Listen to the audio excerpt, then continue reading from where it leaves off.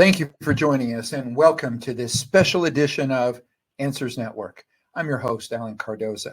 And if this is your first time listening to the show, know that every Monday from 11 a.m. to noon Pacific time, this show will bring on special guests that can inspire, educate, and in some cases entertain, while bringing answers and options to making our lives happier, healthier, and more successful. Now, if you can't listen live, know that all of our shows, including this one, can be found at answers.network. And I'd really appreciate it if you could all do me a big favor. Please forward one of our shows to your social media group and to someone you know who can benefit from a particular subject.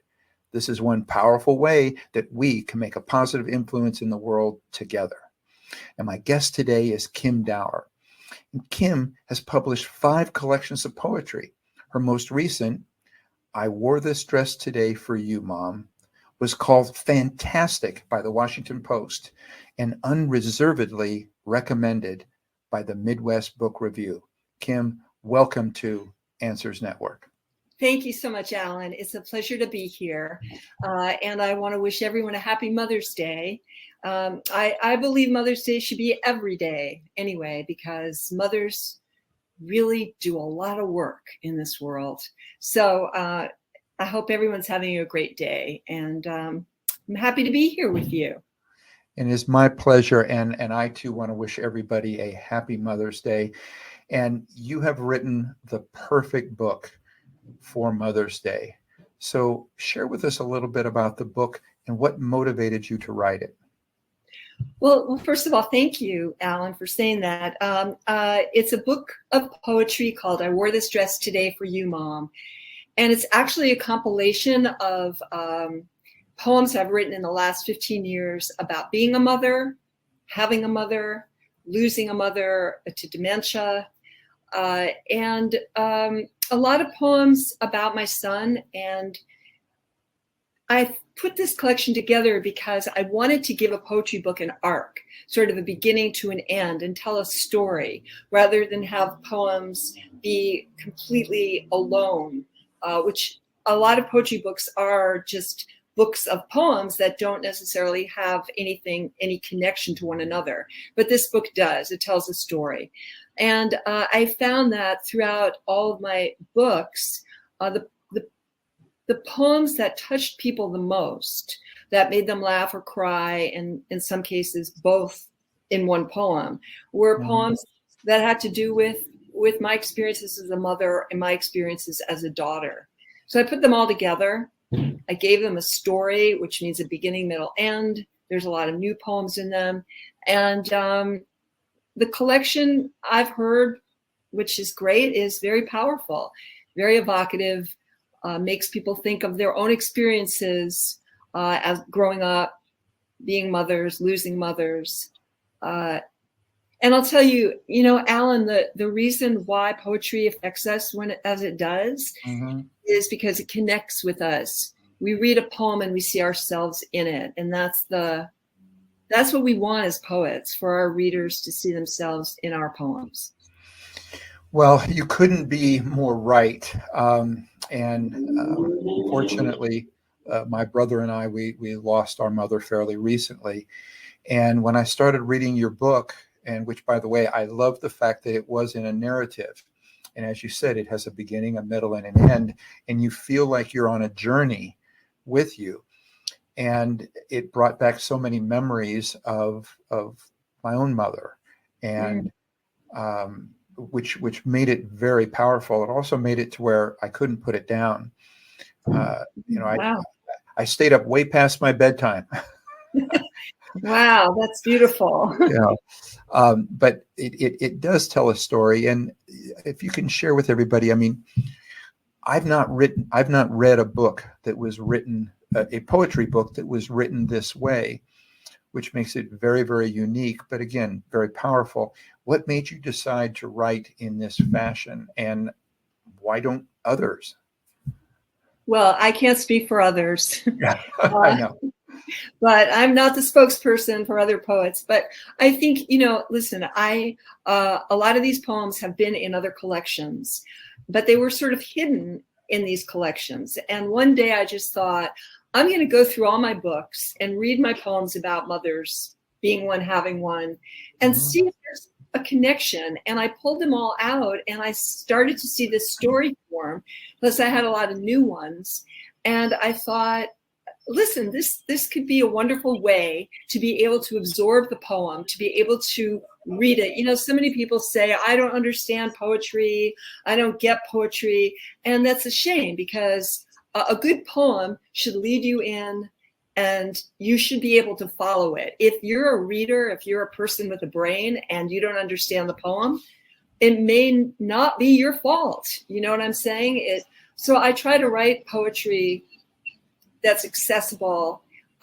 And actually, I don't try to. I just write what I write. It turns out it is accessible. So I'm very lucky. But anyway, so what made me put this collection together? You know, honestly, Alan, my desire to have people like yourself who don't ordinarily read poetry, read this and like it and get something out of it. And I thought that putting this collection together in this way would be inviting and would allow people that experience. Because I love people to love poetry. It's such a wonderful moment in our lives. You know, I was having a conversation with my girlfriend recently, and I was talking about good writing, but I was referring more towards like movies or television things. And I said that the combination of good writing and good acting is the fact that you are feeling an emotion. And it doesn't matter if that actor is making you feel joy or making you laugh or making you cry. It's good writing and good acting that together gives you those emotions. And what I felt from your poetry was, at times I felt myself chuckling and smiling, and other times I wanted to cry. And to me, that is a sign of good writing, because you're reaching people at an emotional level.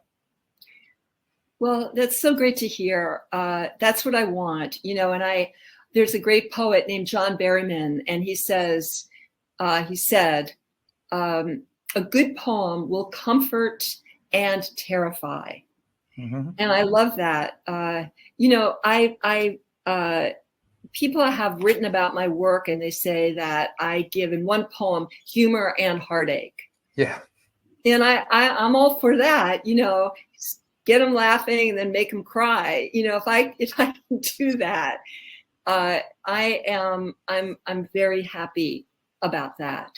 And also, as I said before, to see yourself in the poem. I mean, people always think that poetry is autobiographical because it's very personal, it's very intimate. A lot of poets use the I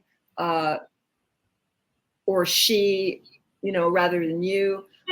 But the fact is, poetry is not always autobiographical. We make stuff up just like any writer, you know, and that's the joy of writing. I'm not here to tell the story of my life, but you will see a lot of my life in these poems. And that was the feeling that I had, was I felt like I was getting to know you better as I was reading it, but I also felt the things that I felt were affecting me, you know, again, because of the fact that we're talking about Mother's Day and moms and stuff. It was very emotional. But at the same time, again, sometimes I was smiling because I was thinking, that's just like my mom would do, you know? Yeah. Oh, you know, there's so many wonderful poems that I love to read. Other people's poems, I bring them in when I teach. We read them aloud, we talk about them. And when you connect with that, especially the experiences of the mother, boy, that really, there's something about it that just really hits hard. And, you know, poetry is the clear expression of mixed feelings. That's why we write. Yeah. There's a lot of conflict. There's a lot of things we don't understand. We write to try to put it in order, to try to make sense of it. And hopefully someone else will too. You know, a lot of poems are in couplets, which people, you know, where it's 2 lines and then a stanza break 2 lines. couplets or tercets, which is 3 lines and a stanza break. And, when we order the poems that way, it also is ordering the thoughts. It helps to sort of shuffle out these emotions and these feelings. A poem is a beautiful, William Carlos Williams would call it a perfect machine. A poem is like a perfect machine. And the way you break the lines, the music, the word choices, all of that builds that machine.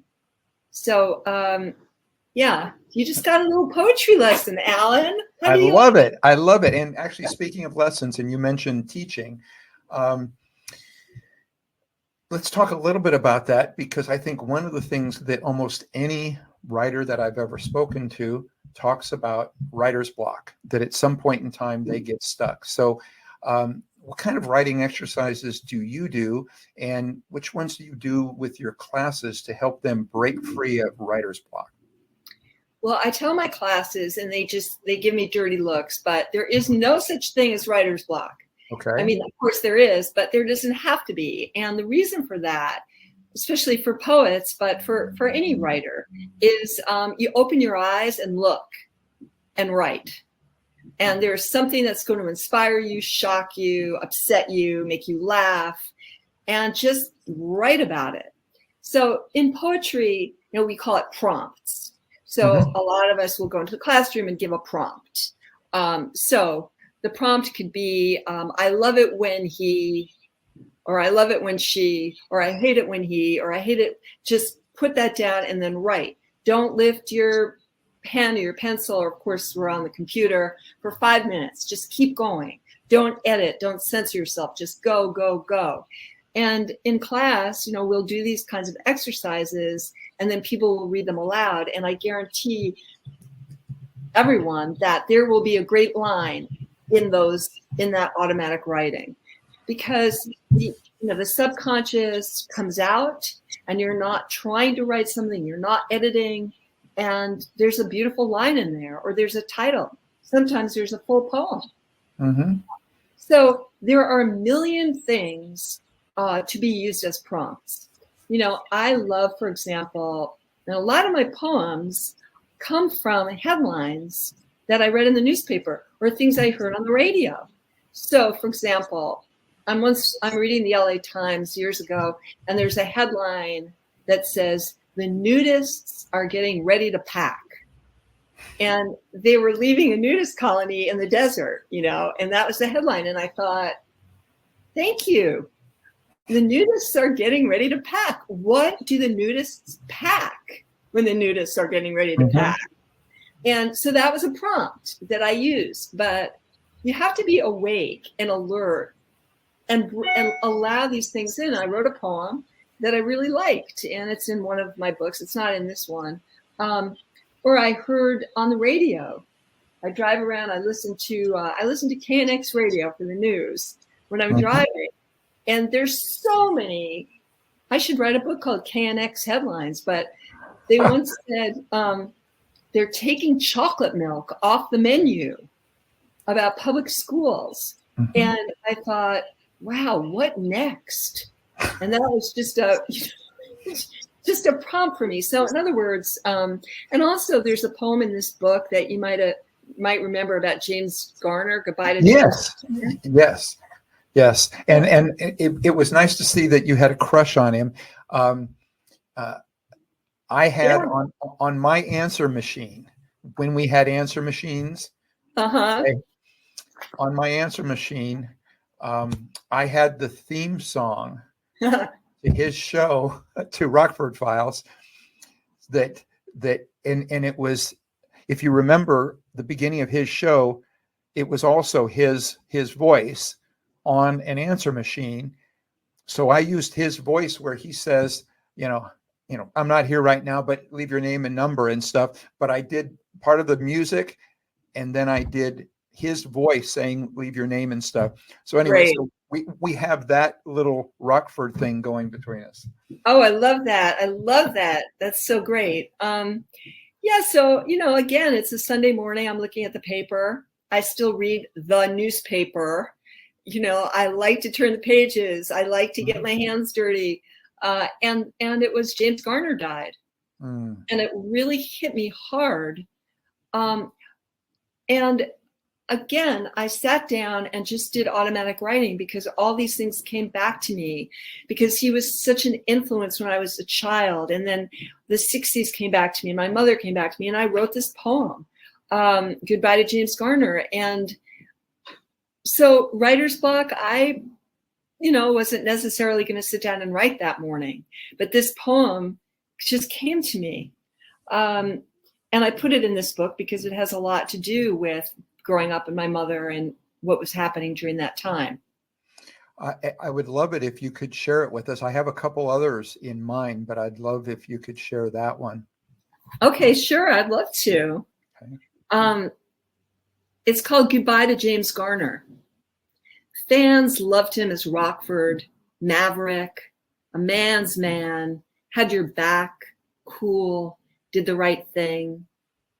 I loved him for being Doris Day's husband in a movie I cut class to see, 5th grade, played at the Riviera, only old men and me during the day, went alone, told no one, but I had a gigantic crush on him. He was an OB-GYN. She was a mom, marriage in jeopardy. Couples in movies stay together in the 60s. While out there, it was all falling apart. Women poised to flip their lives, months away from marching into the world of miniskirts, riots, shame, pillbox hats, flinging our boxy pink suit jackets and pumps into the sunset. Not even James Garner could have saved us. And this week, now, more unrest, more wars unfolding. I'm stuck on the headline, James Garner dead. When I was 10, I needed a man I could count on, even one holding aces and eights. I love that. And again, I just want to tell people, if you get the opportunity, this is a great book that will take you on a journey. And if you want to laugh, you might cry. It depends on your relationship with your own mother and your own life.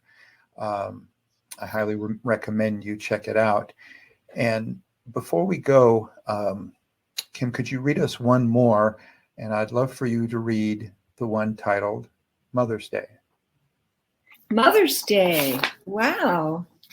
Alan, I don't think I've ever read that at a reading before. Well, then this is the perfect time because this is Mother's Day. Mother's Day. All right. Well, okay. Here we go. All right. I will say before I read this one, it's an interesting choice because it is a little bit more surreal than some of the others, meaning there's a lot of imagination going on here and a lot of imagery that you guys stick with me, and I'm kind of thrilled that you want me to read. Well, but I'm also glad that you've explained that, because again, for those when you're reading the book, that I feel like at times, again, you're going off into somewhere where it's just you, and that's wonderful. So yes. It isn't a type of poetry to where you would think, wow, everything flows just like this, just like life, they think it's supposed to be. No, it really is more like life, that it isn't that predictable. And I like it that way. Great. Well, this is a complicated Mother's Day. They all climb into her bed, bringing breakfast, lunch, and dinner. All her children, her friends with children, their children, her mother's mother, the daughters she never had, the ones with long hair she never spent hours braiding. They are all naked, except for the scarves which they wear on their heads, or covering their shoulders, or tied around their waists. It's Mother's Day, and they are ready to celebrate. Who's hungry? Her mother asks. all the mothers and their children. We are all hungry, they say, as they grab the hard-boiled eggs jiggling in a blue ceramic bowl in the middle of the bed. We are all thirsty too, say the little ones, holding up their sippy cups, their scarves sliding off their heads, their mothers ferociously tying knots that won't slip under their chins. Her mother's mother is so old, she doesn't even know it's Mother's Day. She doesn't even remember not being a mother, has sweet butter in her veins, has made so many beds she doesn't know why she's in this one. Are all these people? She asks one of the unknown children. I don't know, says the little boy. I don't want my scarf. I left my robot in my room and I forgot to turn him off. He's probably left the house on his way to the park, or maybe back to Jupiter, or getting ice cream. My mother is taking too long, and I want to go home. When I read that, one of the things that I thought was that, that a lot of this was some of your feelings as it was relating to dealing with your own mother while she was dealing with dementia.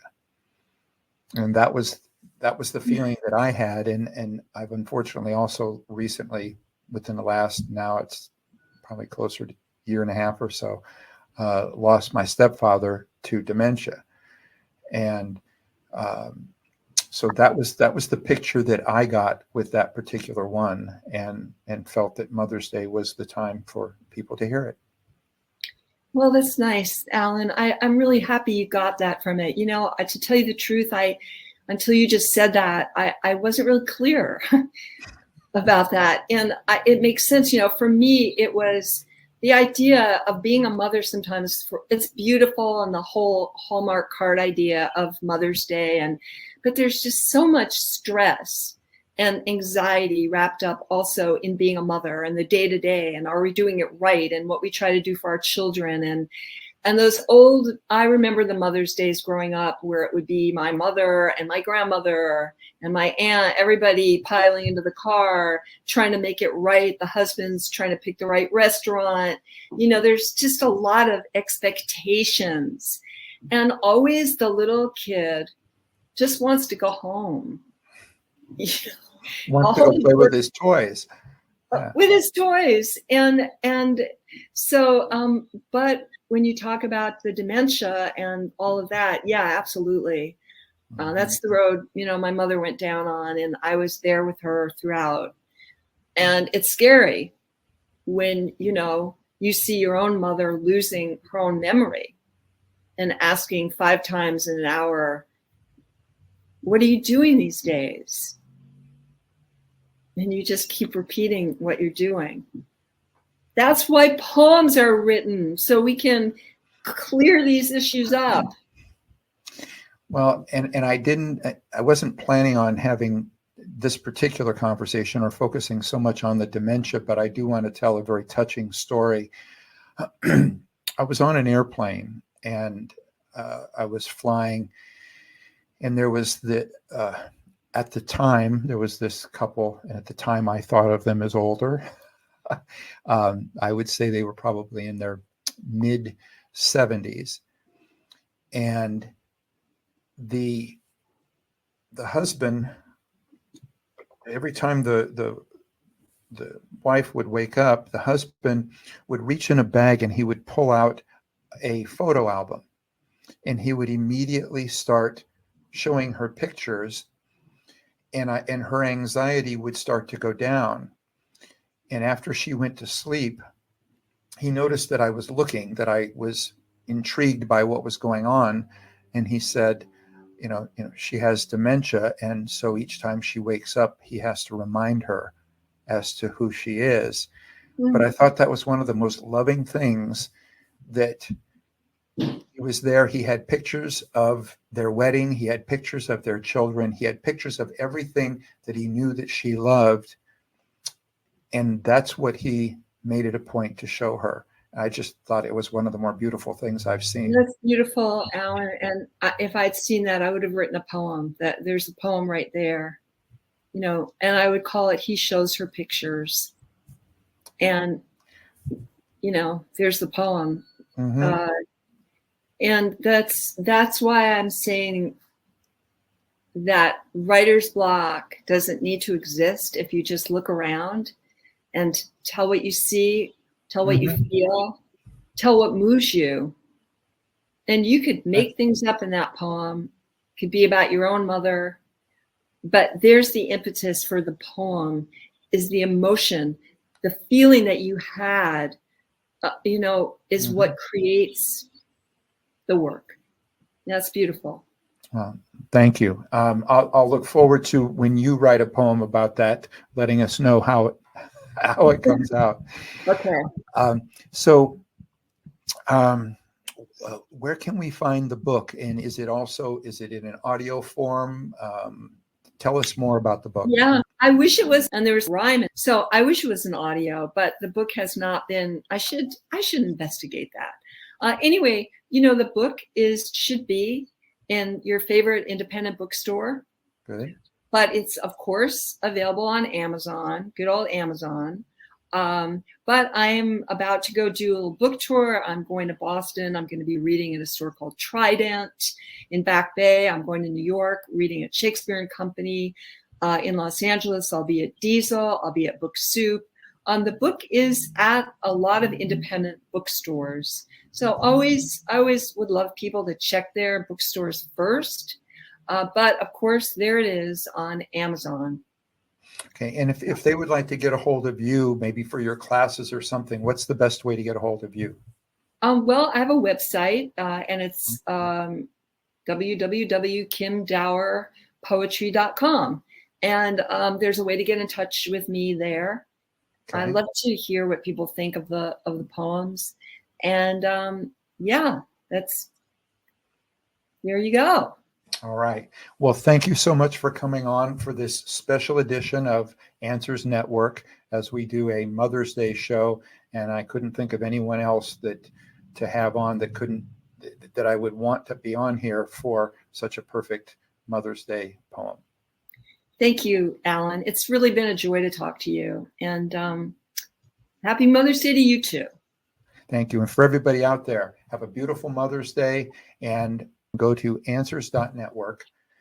And you can subscribe to the show through Apple Podcasts, through iHeartRadio, Spotify, SoundCloud, YouTube, Rumble, Spreaker, and so many more popular platforms. And if you like what you hear, please leave a review. I want you to know that it'll help us reach more people, and we greatly appreciate it. The next time you're on Instagram, Facebook, or Twitter, please remember, stop by our page, check out some of our latest shows, and if you like them, please like us and spread the word. So for everybody out there, have a wonderful Mother's Day, and be good human beings, and be with us soon at answers.network.